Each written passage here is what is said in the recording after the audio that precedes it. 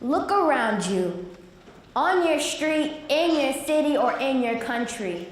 What do you see? Well, I will tell you what I see. I see people living in tents under the freeway and under bridges. I see parents going to jail because they used a false address just so their child could get a good education.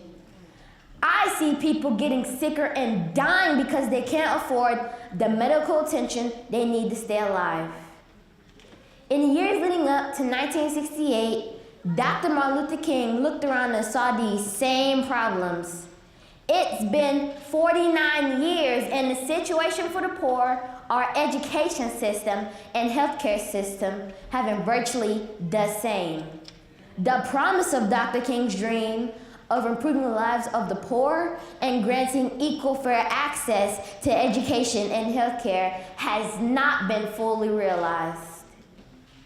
If Dr. King were alive today, he would be proud of our country's achievements in civil rights. He would marvel to see our first Black president, Barack Obama. But he will be disappointed by our large homeless populations, our failing schools, and struggling healthcare system. My dream for today's world is to eliminate poverty and for every human being to have equal, fair access to education and healthcare. In April of 1968, Dr. King planned to hold the Poor People's March. 3,000 poor people of diverse backgrounds set up tents on the Washington Mall. He wanted the top officials of our government to pay attention to the problems of poor Americans.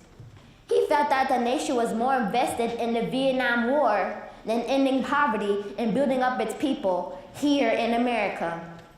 In one of his speeches, Dr. King said, "It is estimated that we spend $322,000 on each enemy we kill in the Vietnam War, while we only spend in this so-called war on poverty $53 for each person who is classified as poor." My solution to these problems are very similar to Dr. King's. I want all of our top government officials to take poverty, failing schools, and healthcare seriously. The way to do this is through political action and voting. Like Dr. King said, we must also realize that the problems of racial injustice and economic injustice cannot be solved without a radical redistribution of political and economic power.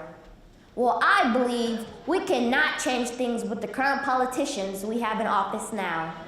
But like Dr. King, I have a dream. I have a dream that from the sincere, caring people here in America, there will arise some young people who are committed to helping their communities. I believe if we could convince these people to run for local, state, and even national offices, then we can vote for them and have sympathetic people and power that can change things. If we can do this, there will be the true realization of Tchanori's dream. In Dr. King's I Have a Dream speech, Dr. King said, "I have a dream that one day right here in Alabama, little black boys and little black girls will be able to join hands with little white boys and little white girls as sisters and brothers." Well, I believe only if these children who are joining hands are not hungry, have had a good night's sleep in a decent home, and have received the best education and the best health care, then we'll be able to say that Dr. King's dream has really come true. Thank you.